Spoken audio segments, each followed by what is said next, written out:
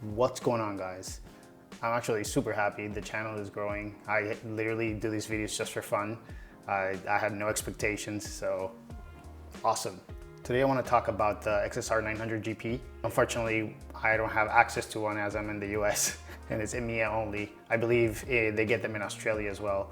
But yeah, I'll have to go off somebody else's footage, unfortunately. Yeah, I'm just gonna be reacting and kind of giving my opinion on this bike. I think it looks amazing. I would sell my XSR tomorrow if I had the chance to buy one. It looks so sick. It looks beautiful. But yeah, so what am I gonna talk about in this video? I wanna talk about the origins of it. I wanna compare it to the original bike they're kind of getting their design from, which is the Yamaha TZR500. It's an all GP bike from the early 80s, mid 80s, I believe. I want to talk about the GP's design, how it compares to the TZR.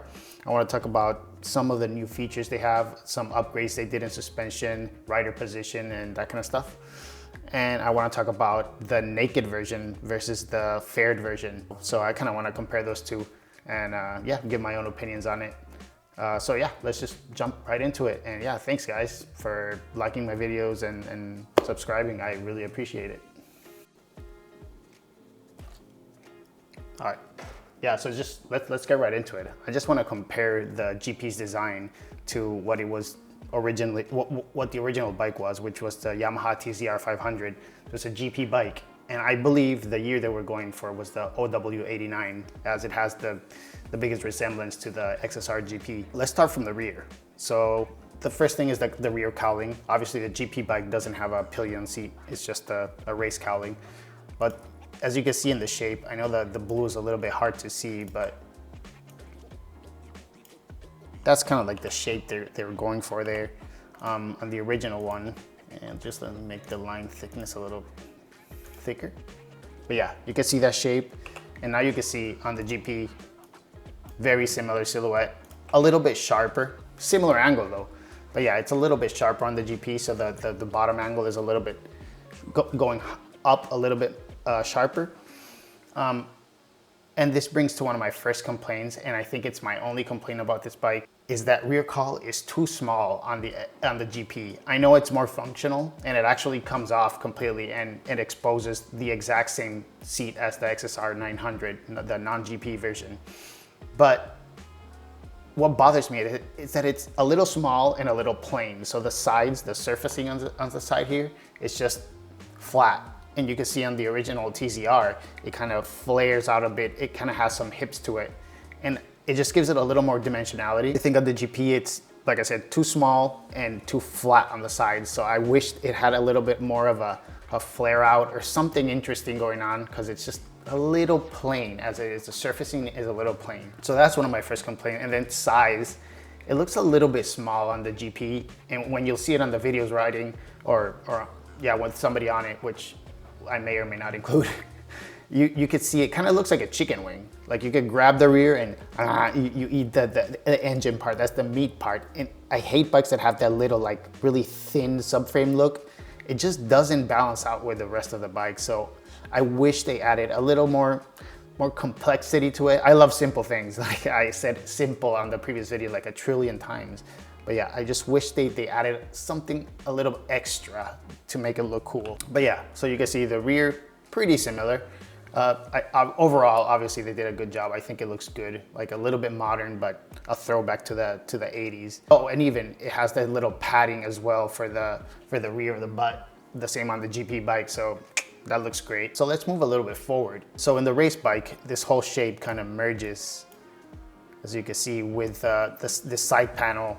On the GP bike is broken into two parts. So you'll have the rear cowling and then you have this same kind of shape as the 900 GP, but it's a little bit changed actually. The shape is a little bit different compared to the original XSR. But yeah, it's two different parts. I think that looks better, honestly. On the GP bike, this whole thing just looks huge. It looks like a part of a jet ski. It just doesn't look great, but it's the 80s, you know. It was just the look at the time, so that's okay. So I do like what they did here, the more modern look, and they kept that red line as well. That cool angled line they added here. I like that they kept that from the original bike. So definitely, yeah, throwback. And then we'll go into the tank shape here. I mean, you can see the original is quite simple and long, as I've said on the previous video. The top is super flat, and then it comes down to another kind of almost vertical angle here. The new one is a little more slanted forward. Obviously, it's a street bike, and I do prefer the look of the newer one. The previous one is just too flat, too functional.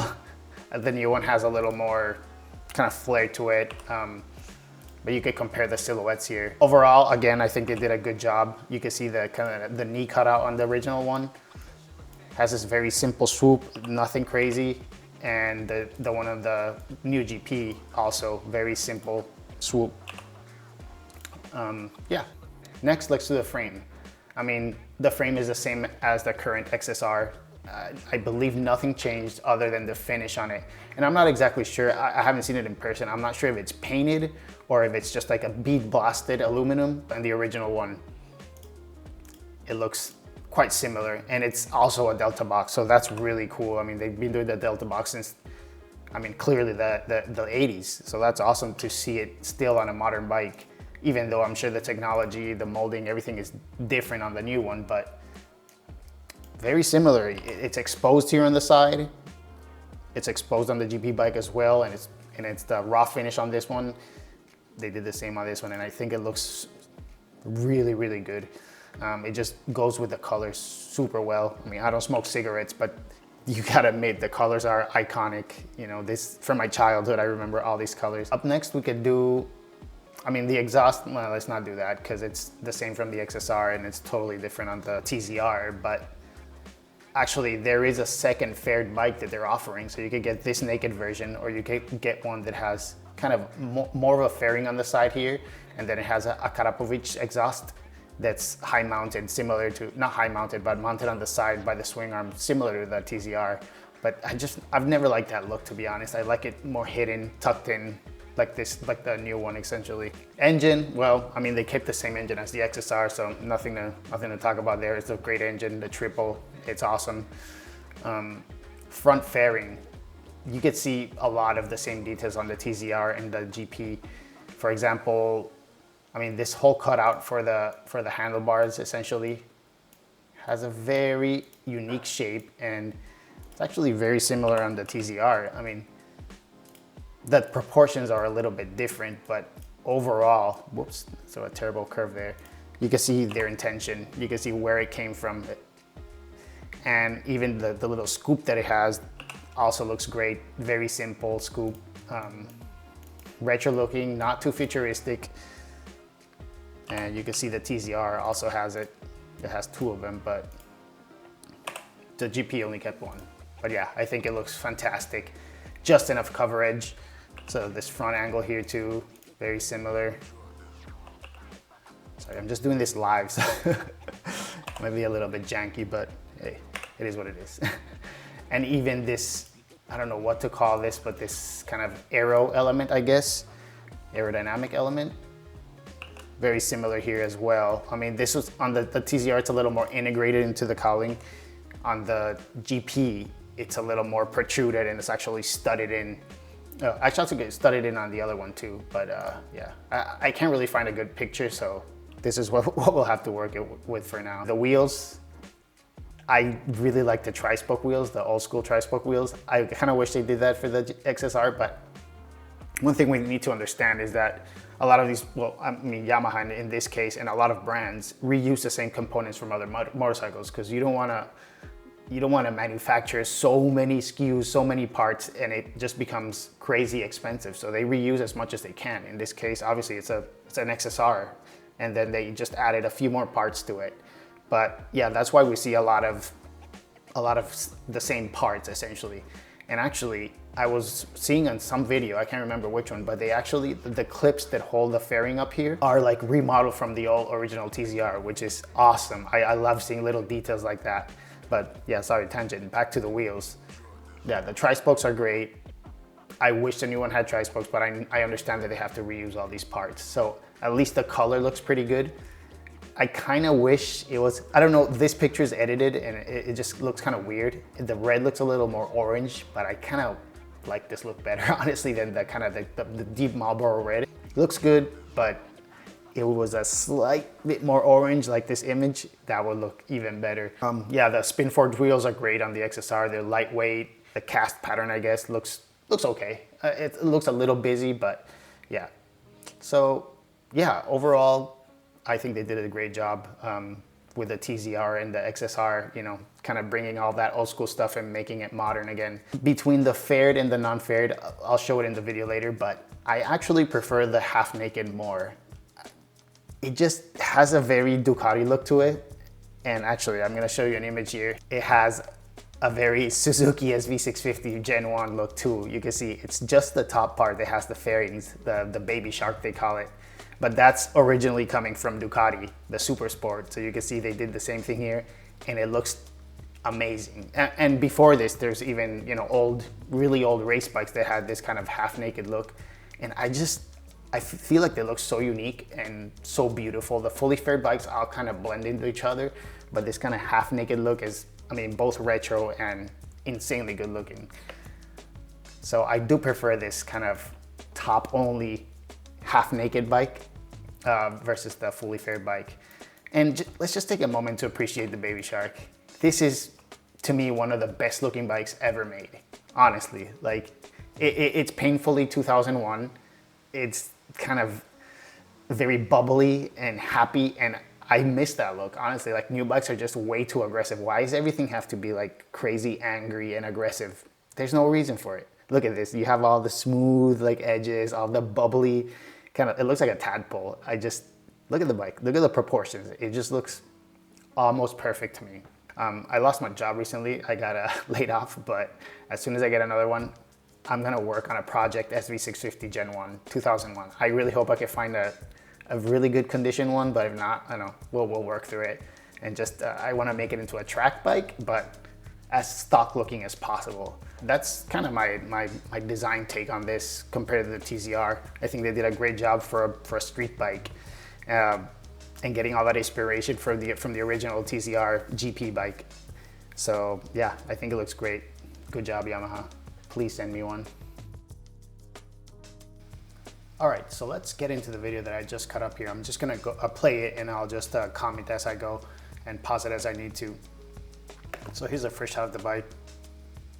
I mean, no words. I think this is also one of the, I love a lot of bikes, but I honestly think, like, from factory, this is one of the best bikes that's been ever made by Yamaha. It's so unique. Actually, upon a closer inspection, I could see that they changed that intake by the tank on that molded part. It's not an intake, it's just like a decorative feature, but they changed the shape of it a bit, and the little vents themselves, the slot cutouts, are a little bit different. Maybe it's the paint that's throwing me off, but I am fairly certain that is new as well. Let's play here. What else? Yeah, looking at from the front, I love the headlights. They're so simple. I say that word a lot, I know. Bear with me. I love the simplicity of it. Just a square kind of, actually it's kind of trapezoidal cutout. It looks incredible in my opinion. It kind of reminds me of like the Iron Man suit. Even though I don't like that suit, the front face of it looks good. I'm not gonna lie. Let's also talk about the aero element. Those riveted kind of aerodynamic cowls on the front. They look great. Yeah, retro, but also very futuristic. I mean, this whole bike really gives me a futuristic vibe. It's like an anime in the 80s and 90s thinking about the future. That's what this looks like. Let's play it here. So on this shot, I mean, you can see the black version. Looks good, but a little bit lacking in my opinion. It doesn't give me the same feeling when I see this bike. And then off to the left, you could see the one with the bottom cowl. So actually, that, I guess technically it's a belly pan, kind of a glorified belly pan. It goes up a little bit high, but you can see that chicken wing effect that I'm talking about. You can almost grab the bike by the rear and just kind of like eat the meat off of it. It looks front heavy. I'm not a huge fan of it, to be honest. Let's see here.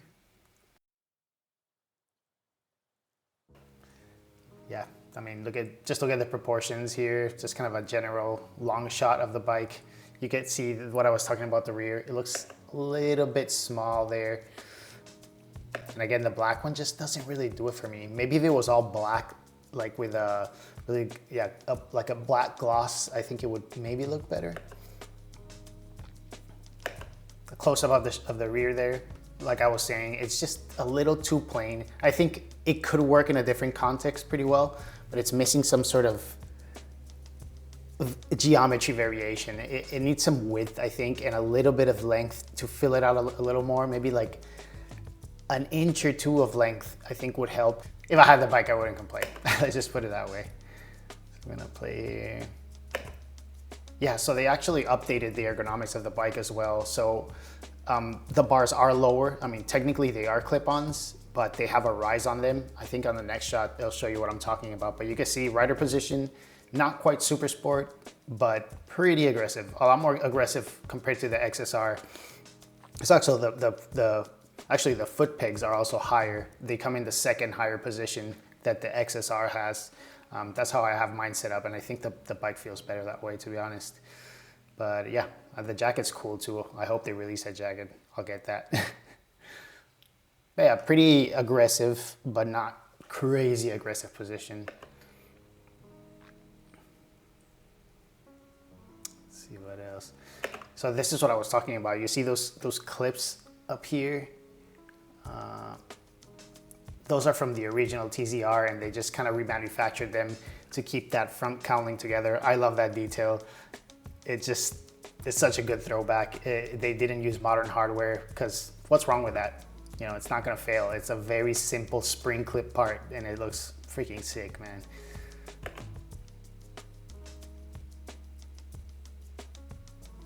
See also the bars that I was talking about. You can see they are, I guess technically they're clip-ons, but they have like a 1 or 2 inch, maybe a 1 inch rise on them. And then they're placed on top of the triple clamp versus traditional clip-ons that go underneath. So I'm sure you could get easily some replacements for that. They go way lower from S2 Concepts or Woodcraft or, you know, somebody like that. But that position's not for me. It breaks my back way too quickly. Yeah, you can see here from the rear, I love those slot cutouts on the back. Very clean. It kind of matches the rest of the bike. It matches those slots on the front as well. Looks beautiful. Great job. Just a close-up of that top fairing area. It looks so nice. I really like it. Yeah, proportions look good from the rear. Those mirrors, I mean, it's the same as the XSR. I would probably replace them for something simpler. Simple, round, machined aluminum ones, a lot cleaner. The stock ones, they're okay. They don't vibrate or anything. It's just not my favorite. Yeah, close up of the wheels. They look nice.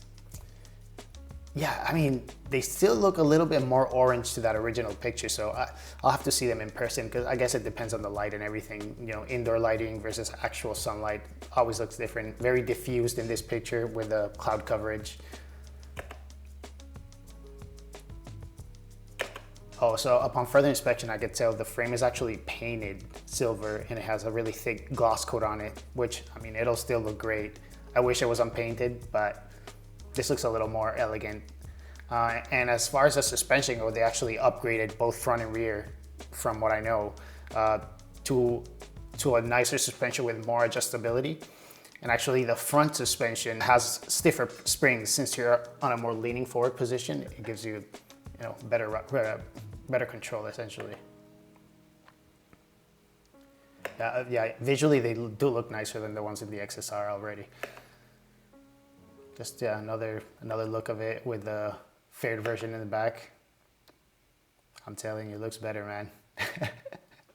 Half naked looks way better. And it's just, the exhaust, the side mounted exhaust just doesn't, it doesn't do it for me.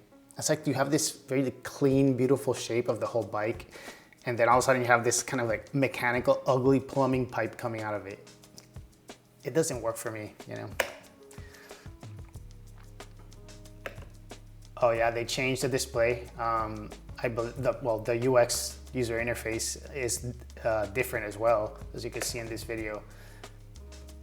too complicated for me, man. I wish it was just a round dial. I know making analog instruments is more expensive. It's like a mechanical watch versus a digital watch. The mechanical watch is a lot more expensive, has more parts. The manufacturing is more expensive, but it looks way better. Another shot here of the side. Nice. Nothing to add. A closer look here. Yeah, I'm not a fan of those belly pans. Even on the current Gen XSR, I don't think they look good.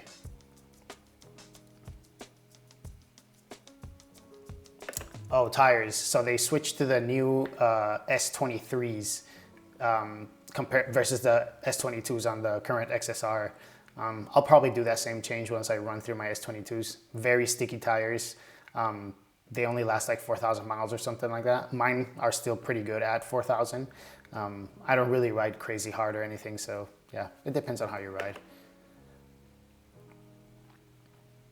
Here, more user interface, user experience. I like the graphics, but again, it's still too complicated. Like, at what point are you gonna actually sit down and mess with this? How often are you gonna do that? My guess, not often.